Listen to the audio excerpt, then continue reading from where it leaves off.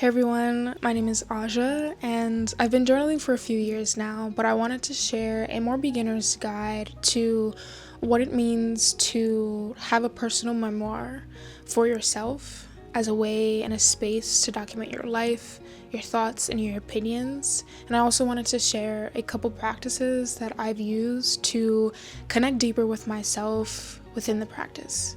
I've been trying to film this video for some time now, and I've just realized that journaling is very similar to what I'm trying to do right now. It's the act of trying at different times until it sticks. And I think when it does stick, you get into a flow and you're able to be in this flow state, connect with yourself, and express yourself in ways that you never have before.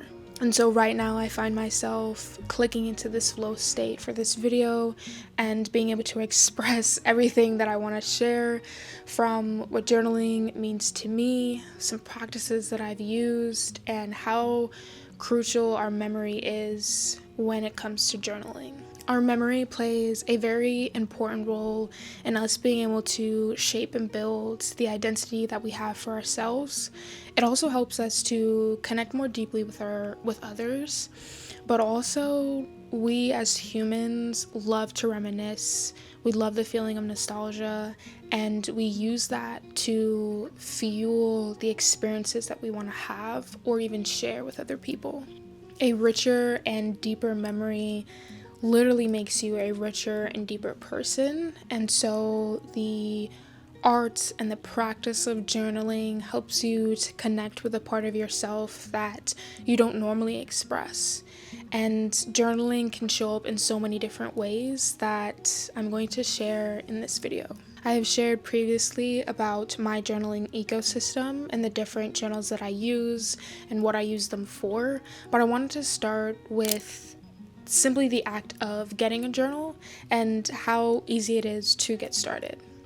I love to use journals that I already have around me. I have a lot of different journals that are laying around, whether they're A6 size journals or larger subject journals, but the purpose is that it is simply supposed to be a piece of paper, a pen or writing utensil, and your mind and your memory. Most importantly, your memory. Whether you have a journal or not, you can even start with just a sheet of paper. I think that is even more powerful because you can start journaling and start writing things and not necessarily go back to reread them until a later point in time. And you can literally see the growth within yourself and within your personal practice. I like to start with what I already have around me. I actually have two of my journals on the stack behind me, but this is my daily journal. This is something that I use every single morning as just a freehand practice, which I will get into a little bit later in this video. But the most important practice that I think is very simple to begin with, there is no barrier to entry for this practice, and that is prompt writing. A lot of concern for people when starting a journaling practice is that they do not know what to write about. And I think that's a lie, because there's so many things that you can write about just from the top of your head. Everybody has an internal voice. Actually, some people don't, but you think things and you have thoughts. So when a thought comes up, you can write about that. However, for prompt writing, it's a bit more specific. It's the act of writing in response to a statement or a question, and it takes out the thinking portion of what should I write about.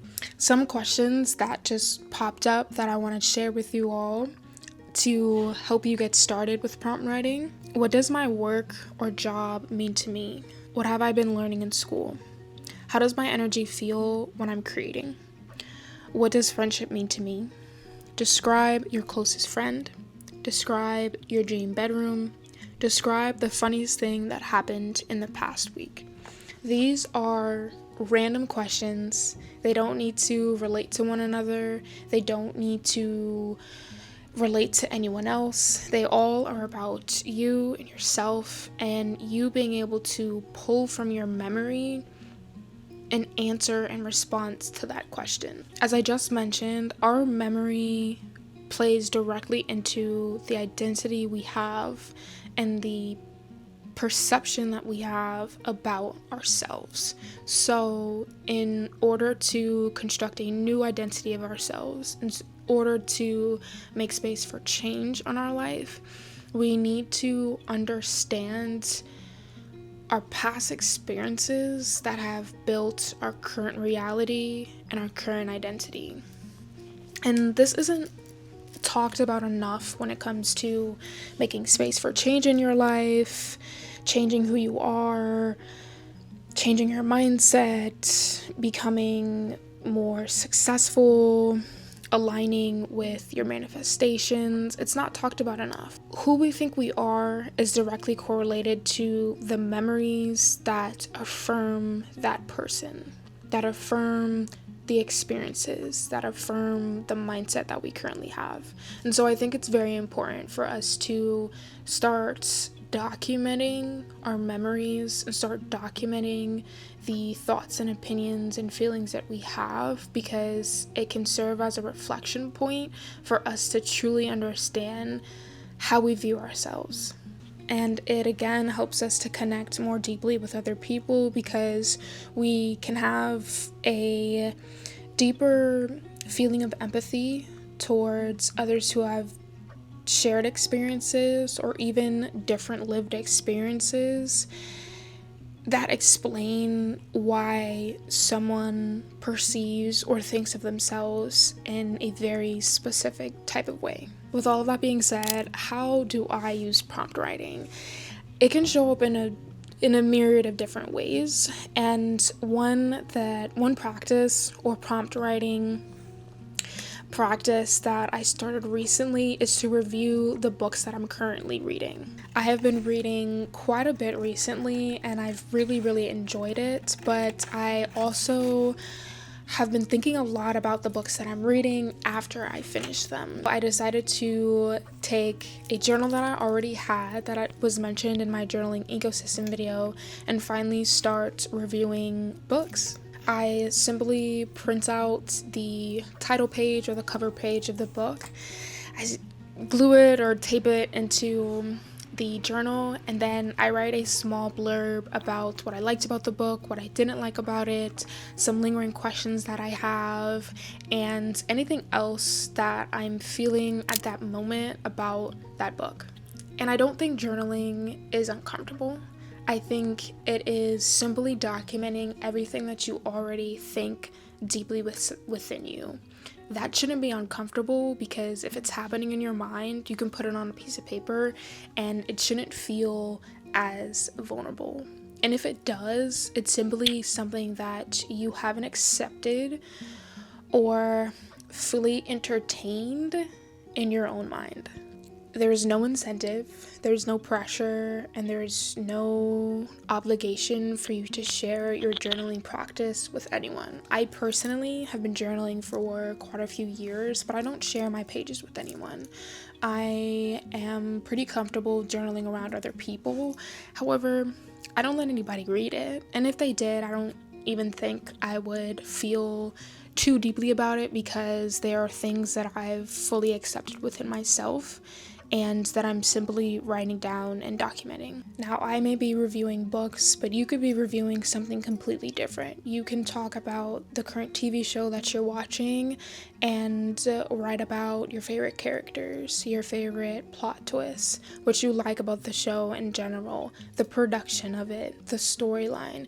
These are all examples and ways for prompt writing and journaling in general to feel non-invasive. And another concern that I've read online and just with the people around me is that journaling can feel very vulnerable and invasive to people who think that others are going to read their journal or their pages. Journal and write in a place that feels safe to you.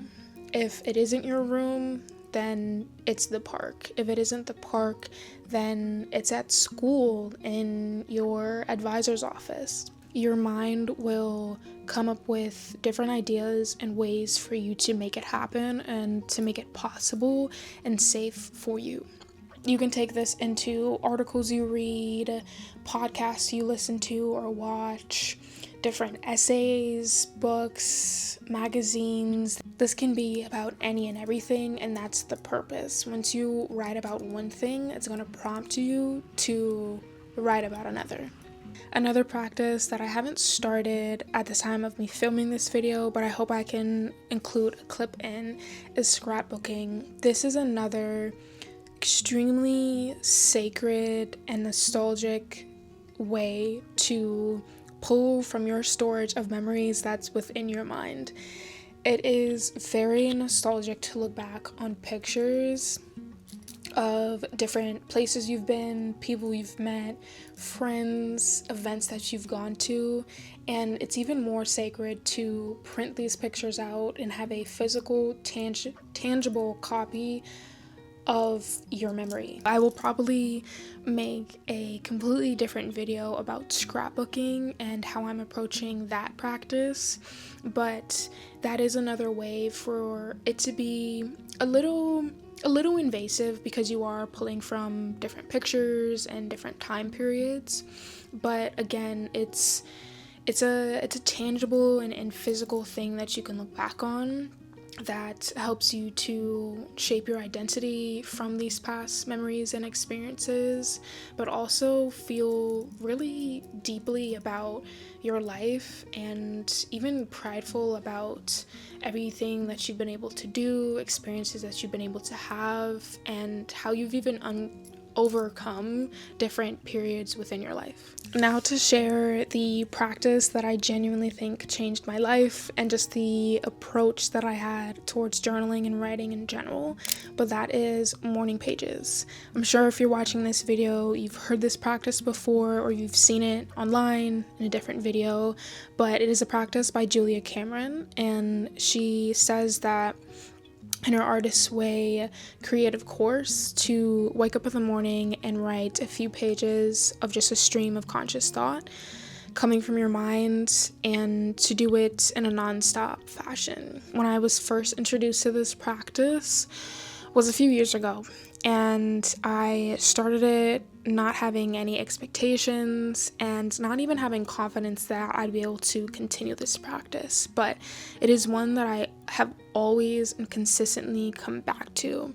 Now I've shifted it for my own needs and wants and what I want out of a journaling morning pages, but for me, I write at least one page of stream of conscious thought. With my schedule and what I want out of the practice, it has really helped me to ground myself in the morning time, to get any lingering thoughts before I start my day out, and to put on paper what I'm already thinking within myself. This can be one of the more vulnerable practices, but I think we're in an age you have to get close to yourself. You have to get really uncomfortable with your own thoughts, with your own opinions and feelings about certain things to truly understand who you are and who you want to be, but also to understand other people and connect deeper with them. This notebook is what I use my morning pages for, and I'm almost done with it. I have 2 more entries before I start a new one. I started this specific journal at the start of this year, 2025, on January 7th or 8th, and it is now mid-October, so I am going to be starting a new one from a journal that I already have that I got over the summer while I was working at my job. My job had notebooks, so I of course took one. Again, it should be a very low barrier to entry when you start journaling. The goal of morning pages is for it to feel silly, simple, and unimpressive to yourself just looking back and reading it. But as you do it over time, your writing will get better. your expression of your thoughts and how you communicate them will get better just naturally. Looking back at older pages, my grammar was all over the place, my sentences were all over the place. I was writing about 3 different things in 2 sentences, but as time went on, I was able to just streamline my thoughts a little bit easier. I was also able to get what I was thinking and trying to say onto paper. When you first start this practice, it could be difficult to even think about how to write what you're thinking, which is a tongue twister in itself, but it is supposed to feel that way. It's supposed to feel very silly and, again, unimpressive to yourself. This is not one of those practices that should feel grand and profound. Over time it may, and you might have those entries for a week that feel really profound, and then you have a week of entries that are just about you complaining about the weather, or you talking about how messy your room is, or that you don't like the work that you're doing, you don't like the city you live in. You can have a week where you're just complaining, but if that helps you to enter your days with a bit more gratitude about everything that's around you, with a bit more presence of the people around you and the experience that you are currently having, then that is the only thing that matters. What I've noticed with my morning pages practice, and I did start with 3 pages, so originally morning pages is supposed to be 3 pages of freehand thought, but I've scaled it down to 1. Over time, I've changed it to 1 page, and even sometimes that is still hard. Sometimes it's still hard to get 3 sentences in and think, I don't have much else to say, and then something pops up, and then I write 2 sentences about it, and again, I have nothing to say. I love doing my morning pages because it is one of those moments that feel really personal to me. It's something that I don't need to share. I can be totally honest with myself. I can be totally honest about what I'm feeling. And there's also the space to be messy for myself. There's this space within this practice where you can contradict yourself every single sentence and nobody has anything to say about it. But it's also one of those practices that hold up a mirror to yourself. And I think that's really important now, to be very critical of what we consume, both internally and externally. We also, as people, consume a lot from our own minds. We're constantly thinking, we are constantly having opinions and feelings about so many different things. And so with this morning pages practice, you can be critical of that. You can have a thought and say, I don't like that I have this thought. I don't know why I have this thought given XYZ. I'm grateful for all of these things, but I still find myself being really critical and judging other people. It's just a space for you to get really raw and real with yourself. I love morning pages, and you will grow to love them too if you do decide to begin. In hearing my practices and in hearing ways that I do prompt writing, ways that I do my morning pages, redefine it for yourself, redefine it for what you want to gain out of it, redefine it for your own goals. There are no rules to connecting with yourself through memory. I want to close this video with a few benefits that I've gained from journaling and my writing practices, and the biggest one I hope you have taken from this is self-awareness of yourself and self-awareness of the world that we live in. It is crucial to reflect on your opinions and your thoughts and your feelings amidst everything that's going on in third world countries, in the US, with politics, what's happening in Chicago. It is just as important to be reflective about ourselves and our own role and contribution to our communities and external world. In 2025, it's very, very easy to be isolated. It's easy to think about our own problems. It's easy to be in our own bubble and world of our lives. We need to pull from our memory. We need to understand why we hold ourselves to a particular standard or level, and how we can use that to hold more empathy towards other people and to hold more space for other people. Like many of us who journal or write for ourselves, it's an increased confidence about who we are and how we want to show up for ourselves and within our own communities. I have gained a newfound confidence just being able to be honest with myself and be vulnerable with myself in a space that is comfortable. I have a reading corner behind the camera of all the different books that I'm reading or I have read, all of my journals that I write in, and a very comfortable chair where I can write and I can reflect and I can read. And I encourage you, anyone who's watching this video, to make your own writing corner. Make it something that is exciting to do. Make it welcoming, make it warm and inviting, because again, this is for you. This is for you. To help others, you have to help yourself first, and I think that's important in any writing practice. So I hope you all have enjoyed this video. Please like and share and comment your thoughts or any practices that you currently have for writing or journaling. Writing and journaling is the same thing. I don't know why I say writing or journaling, but share them all in the comments. I want to hear from you, and make sure to subscribe. And thank you for being here in this space with me and listening to me share my opinions about what journaling means, and also being open to me sharing my practices with you all. So I hope you all enjoy this video, and I'll see you in my next one. Bye.